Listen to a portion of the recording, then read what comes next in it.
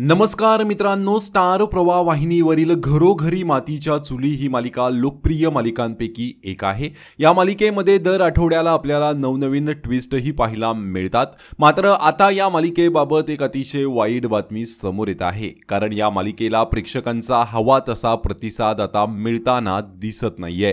ही मालिका सुरू झाली तेव्हा TRP मध्ये आघाडीवर होती। ही मालिका स्टार प्रवाहाच्या टॉप 5 मालिकांपैकी एक होती। मात्र आता या मालिकेचा TRP प्रचंड घसरला आहे आणि ही मालिका टॉप 5 मधून आता बाहेर पडलेली आहे। तसेच या मालिकेचा TRP घसरण्याचे कारण म्हणजे मालिकेला पाणी टाकून वाढवलं जात आहे। विनाकारण नको ते पात्र मालिकेत घुसवले जात आहेत। ऐश्वर्याने कितीही कारस्थान करूनही तिला काही सजा होत नाहीये। ऋषिकेशची आई जानकीची आई होऊन मालिकेत घुसत आहे आणि हे सगळं पाहून प्रेक्षक देखील वैतागले आहेत। प्रेक्षक अक्षरशः बोर झाले आहेत, कारण निर्मात्यांना लेखकांना किती वाटलं की प्रेक्षकांना आपण हे असलं काही ट्विस्ट आणून खेळवत राहू। मात्र आता प्रेक्षक खूपच हुशार झालेले आहेत, कारण ऑप्शनसाठी प्रेक्षकांना झी मराठी, सन मराठीवरील मालिका आहेत। त्यामुळे प्रेक्षक मालिका जराही बोर वाटली तरीही दुसऱ्या मालिकेकडे धाव घेतात।